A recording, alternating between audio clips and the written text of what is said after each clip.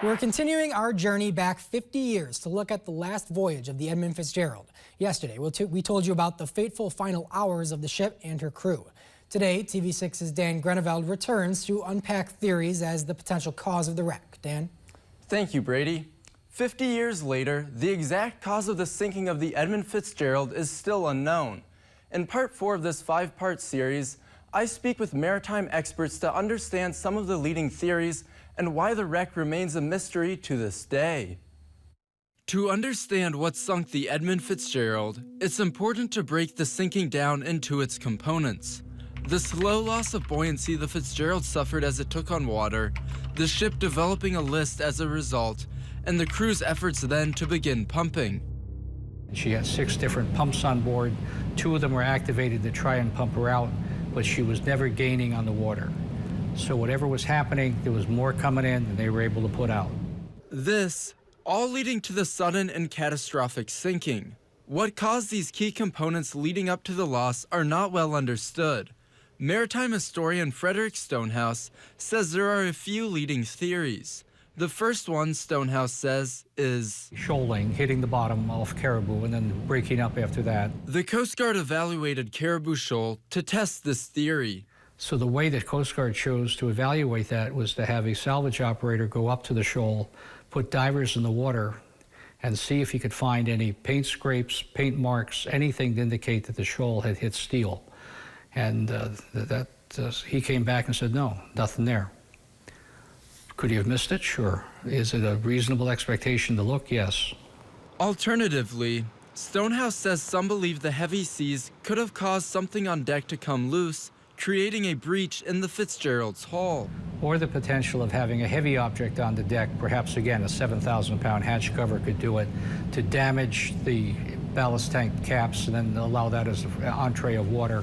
And still, others propose a third potential cause. There's another theory that said she could have suffered a hull break, fracture, and was taking water through the fracture and unable to keep up by pumping. Captain Cooper of the Arthur M. Anderson, which had followed the Fitzgerald for much of its final journey, had his own theory. His ship had been hit by 3 abnormally large waves that day and thought those same waves could have overwhelmed the Fitzgerald. But his concern was with the loss of buoyancy with the Fitzgerald, that perhaps those waves hit her and caused the bow of the ship to dive and it never recovered. And that seems logical, but who knows? We don't really know at this point. The Coast Guard evaluated the wreck site, but was unable to conclusively prove any of these theories. It did provide one of its own. In its marine casualty report, the Coast Guard put forward the theory that improperly closed hatch covers allowed water to enter the cargo hold and eventually led to the loss of the vessel. It was a theory that appeared in Gordon Lightfoot's lyrics. There was a guy on the ship named Bruce Hudson. He was in charge of the hatch covers. At 7 p.m., a main hatchway caved in. He said, fellas, it's been good to know you. Gord wrote that. The Coast Guard and the National Transportation Safety Board said that the hatch covers had leaked. So that's why the ship sank. Well, that's what Gord wrote in the song. But Lightfoot would later change the lyrics to avoid implicating the crew. Bruce Hudson's mother came to Gordon after a concert and said, you know, you make it sound like my boy sank the ship. And Gordon was hit pretty hard with that. He didn't write that song to point the finger at somebody or to place blame. So from that night on, he sang it live in concert with different words. Now it's at 7 p.m., it grew dark. It was then. He said, fellas, it's been good to know you. Dives to the wreck would provide hints, but no definitive proof for any of the previously mentioned theories. It's almost like an autopsy on a body. From that standpoint, you can try and figure out what happened. Many times yes, many times no. Just not enough evidence to prove anything. With each succeeding expedition that's gone down, seriously, there have been more questions than answers.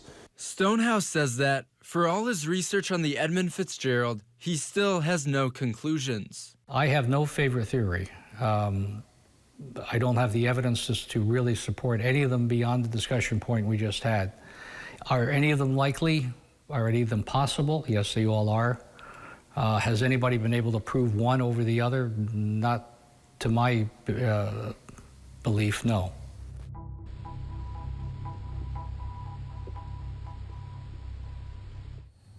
The mystery behind the Fitzgerald story is likely what makes it stick in our collective imaginations.